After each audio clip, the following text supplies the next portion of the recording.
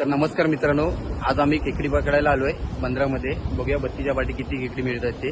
माझ्यासोबत हरनगीर कौशिक, शैलेश आणि माझा मित्र निखिल गोरिवले. आम्ही आलोय खेकडी पकडायला.